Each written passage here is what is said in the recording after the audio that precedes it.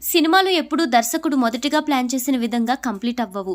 కథ మారొచ్చు, హీరోయిన్ మారొచ్చు, లేదంటే ఏకంగా హీరోనే చేంజ్ అవ్వచ్చు.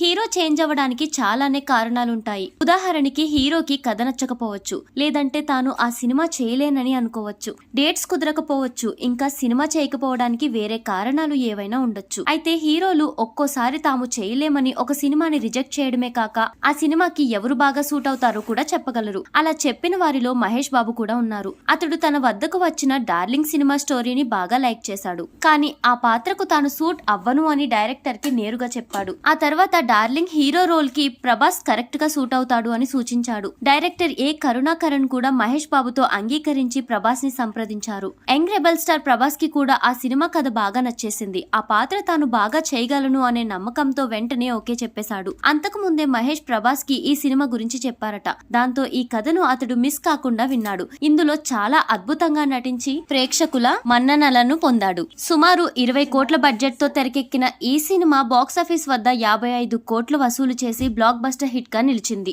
ఈ మూవీలో ప్రభాస్ చాలా హ్యాండ్సమ్ గా కనిపించాడు. కొత్త హెయిర్ స్టైల్ తో స్మార్ట్ గా కనిపించి అమ్మాయిల హృదయాలను దోచేశాడు. నిజానికి ఈ సినిమా తీసిన తర్వాతే అతడిని అమ్మాయిలు డార్లింగ్ అని పిలవడం మొదలు పెట్టారు. ఈ సినిమాలో కాజల్ కూడా చాలా బాగా నటించింది. ఆమె ఎక్స్ప్రెషన్స్ ఈ మూవీకి పెద్ద హైలైట్ అయ్యాయి. కామెడీ కూడా బాగానే వర్కౌట్ అయింది. పాటలు కూడా మనసును హత్తుకునేలా ఉంటాయి. మొత్తం మీద ఈ మూవీ ప్రభాస్ కెరియర్ లో ఒక బిగ్గెస్ట్ బ్లాక్ బస్టర్ గా నిలిచింది.